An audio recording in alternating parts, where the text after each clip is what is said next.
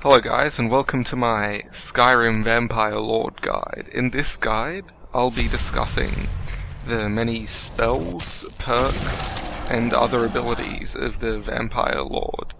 So starting off, we'll begin with the transformation.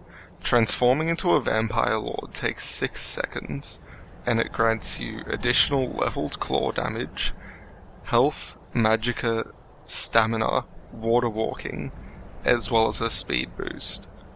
Any flesh, cloak, or summon spells you had on previously remain, and mage armor still applies to flesh spells.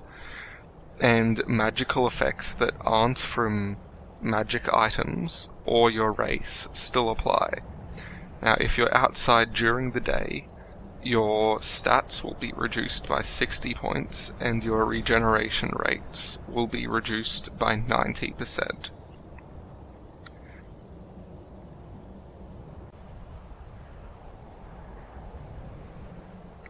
So, as for your spells, your main spell, Vampiric Drain, is fired using your right hand, which combines area damage with a light area absorb effect. Now, this damage bonus doesn't apply if Serana is in the party, so it's significantly more effective without her. It is leveled, and at level 10 it deals 50 damage with a 15-point absorb effect, and at level 41 it does 150 damage with a 25-point absorb effect. Its cost varies between 10 and 18 based on your level, and if you have it from the Volkihar quests, the Blood of the Ancients bonus applies. Your other main spell, Raise Dead, raises a zombie with a strength based on your level from level 8 at level 10 to 36 at level 41, and this zombie is affected by any relevant conjuration perks you might have.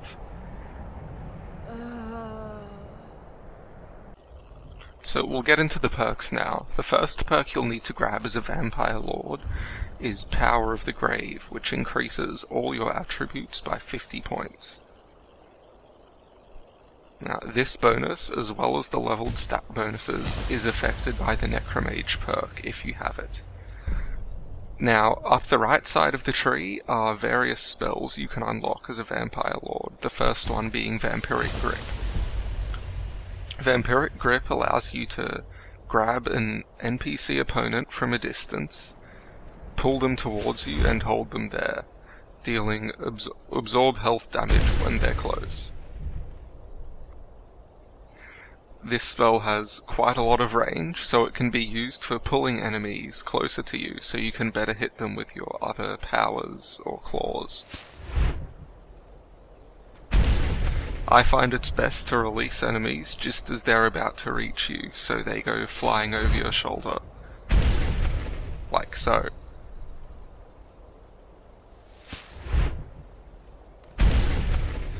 Now, Vampiric Grip is very costly, costing you 64 magicka per second to cast.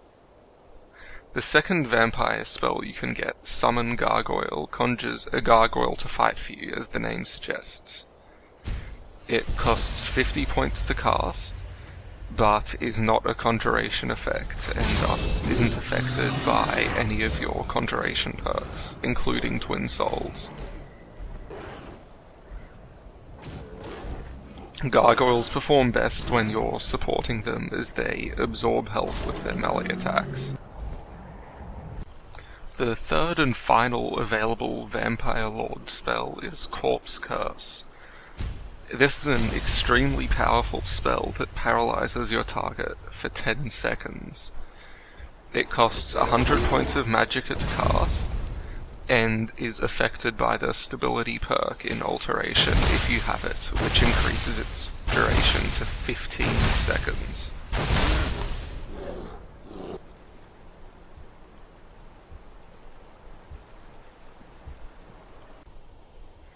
Now for your claws, they do a leveled amount of damage, as I mentioned earlier, from 20 additional damage at level 10 to 60 at level 50.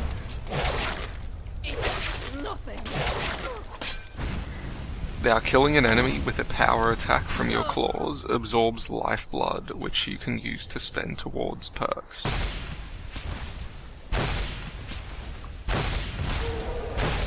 The first Vampire Lord power you will have is Bats.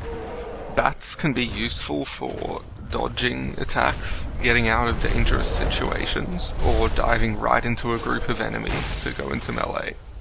It costs 25 magicka to use and has 2 charges, after which time it'll go on cooldown for a short period.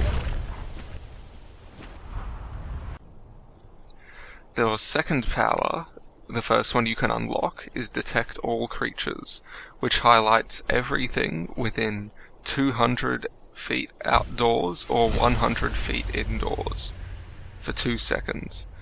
It has a pretty negligible cooldown and costs 5 magicka to use.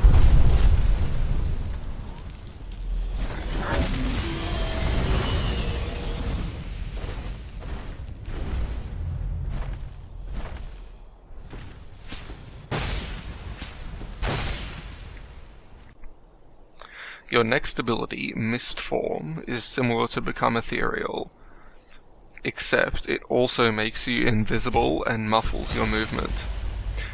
While in Mist Form, you gain 250% health regen, 100% magicka regen, 50% stamina regen, but can't attack for the duration, which is 15 seconds, and it costs 15 magicka to use.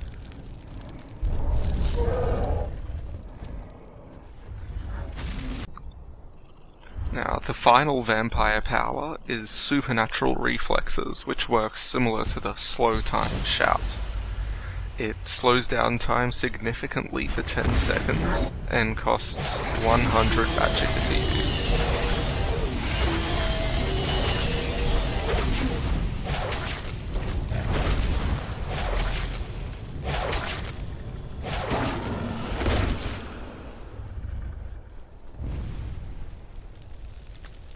That's it for powers, so let's move on to the other perks. First up, Unearthly Will simply decreases the cost of night powers and blood magic by 33%.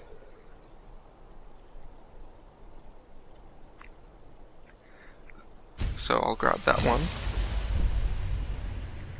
And the one to the left of it, Blood Healing, is extremely useful for melee vampire lords, which restores all your health on a power bite attack.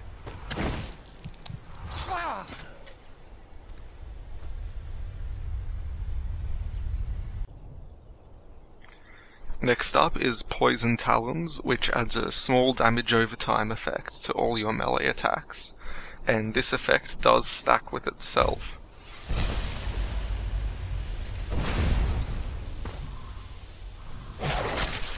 Notice how this giant's health keeps decreasing even after I stop hitting him.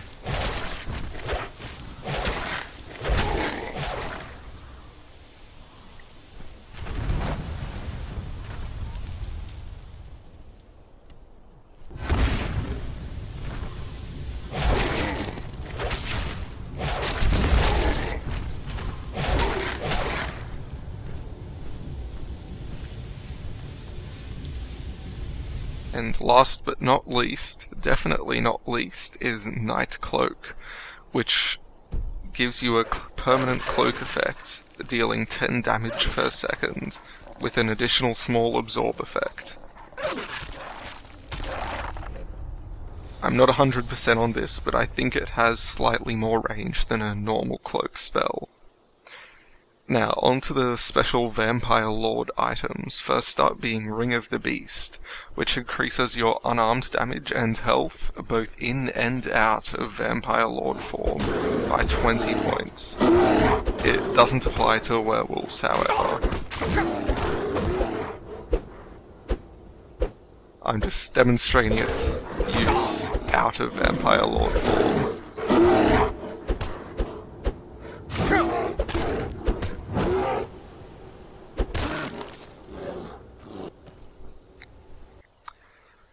Now the other Vampire Lord ring, the Ring of the Erudite, is extremely useful for mages.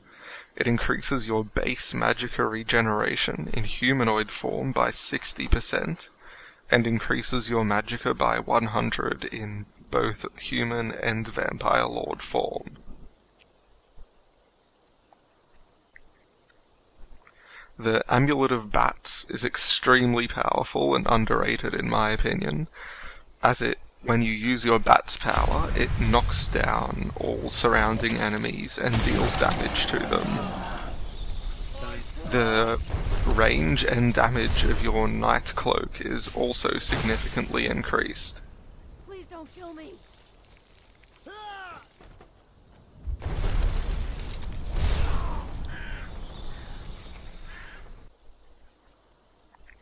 And finally, the Amulet of Gargoyles.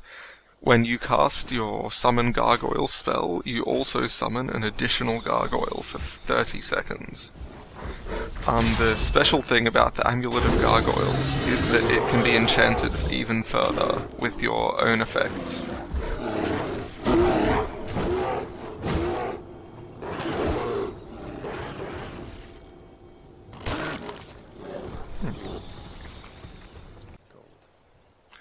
A few other things I'd like to note. Some perks that still apply in Vampire Lord form, other than the ones I've already mentioned. In Restoration, Avoid Death, which heals you when you're about to die, still applies, as well as the Recovery perks, which are very useful if you plan on going out during the day. And just a few brief notes on reverting form. When you revert form, you lose all stat bonuses you would have gained from transforming, which does make it possible to die from reverting form when you're on low health. Well, thanks for watching, guys. I hope you found my guide helpful, and see you next time.